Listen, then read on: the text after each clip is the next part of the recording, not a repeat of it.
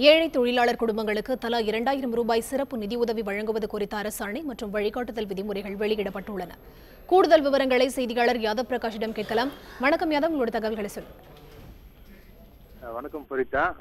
கடந்த 11ஆம் தேதி சட்டப்பேரவையில் 110 விதியின் கீழே முதலமைச்சர் ஒரு அறிவிப்பை கொடுத்திருந்தார். வறுமை கோட்டிற்கு கீழ் இருக்கக்கூடிய ஏழை எளிய மக்களுக்கு ஒவ்வொரு குடும்பத்திற்கும் தலா 2000 ரூபாய் வழங்கப்படும் என்று அந்த அறிவிப்பை கொடுத்திருந்தார்.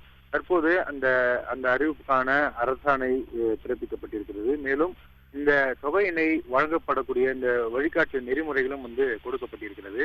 இந்த நெறிமுறைகளை பொறுத்த வரைக்கும் ஊரக பகுதிகளை பொறுத்தவரை தமிழ்நாடு மகளிர் மேம்பாட்டு நிறுவனத்தால் பராமரிக்கக்கூடிய மதி இணையதளத்தில் மக்கள் நிலை ஆய்வு கணக்கெடுப்பு மூலம் கண்டறியப்பட்ட ஏழை மற்றும் மிகவும் ஏழை குடும்பங்களுக்கு தொகுக்கப்பட்ட புள்ளி விவரங்கள் இதற்காக பயன்படுத்தப்படும் என்று தெரிவிக்கப்பட்டிருக்கிறது. அதே போன்று நகர்ப்புறங்களை பொறுத்தவரையில வறுமை கோட்டுக்கு கீழ் இருக்கக்கூடிய குடும்பங்களுடைய புள்ளி விவரங்களை இதற்கு பயன்படுத்தலாம் என்று தெரிவிக்கப்பட்டிருக்கிறது. மேலும் அந்தியோதய அன்ன யோஜனா பயனாளிகள் எவரேனும் இந்த புள்ளி விவரங்கள்ல விடுபட்டு இருப்பின் அந்த குடும்பத்தினரையும் விவரங்களும் இதுல சேர்க்கப்பட வேண்டும் என்று அந்த வழிகாட்டு நெறிமுறைகள் தெரிவிக்கப்பட்டிருக்கிறது.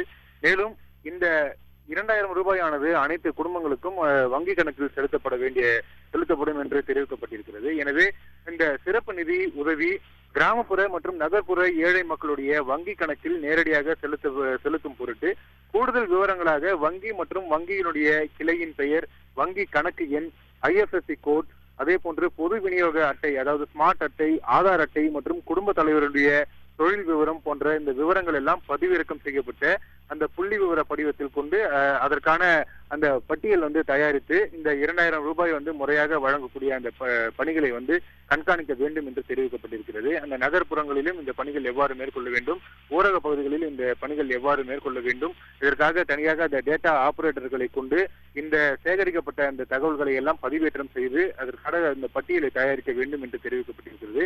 அதே போன்று இந்த மாவட்ட அளவிலும் ஊரக அளவில் நகர அளவில இதற்காக தனியாக குழுக்கள் அமைக்கப்பட்டிருக்கிறது. சென்னை மாநகராட்சி நீங்களாக மீதம் இருக்கக்கூடிய அனைத்து மாவட்டங்களிலும் இதற்காக குழுக்கள் அமைக்கப்பட்டிருக்கிறது.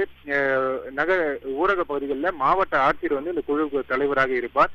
திட்ட இயக்குனர் மகளிர் திட்டம், அந்த மகளிர் திட்டத்தினுடைய திட்ட இயக்குனர் ஒருங்கிணைப்பாளராக இருப்பார். அதே போன்று மாவட்ட ஊரக வளர்ச்சியினுடைய திட்ட இயக்குனர் உறுப்பினராக இருப்பார். அதே போன்று 4 உறுப்பினர்கள் இருக்கின்றார்கள்.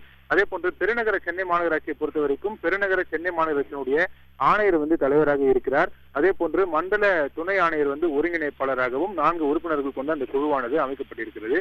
இந்த திட்டத்திற்காக அரசால் விடுவிக்கப்படக்கூடிய அந்த தொகையினை ஊரக வளர்ச்சி மற்றும் ஊராட்சித்துறை அவர்களால் பெறப்பட்டு மேலாண்மை இயக்குனர் தமிழ்நாடு மகளிர் மேம்பாட்டு நிறுவனத்திற்கு விடுவிக்கப்படும் என்று தெரிவிக்கப்பட்டிருக்கிறது.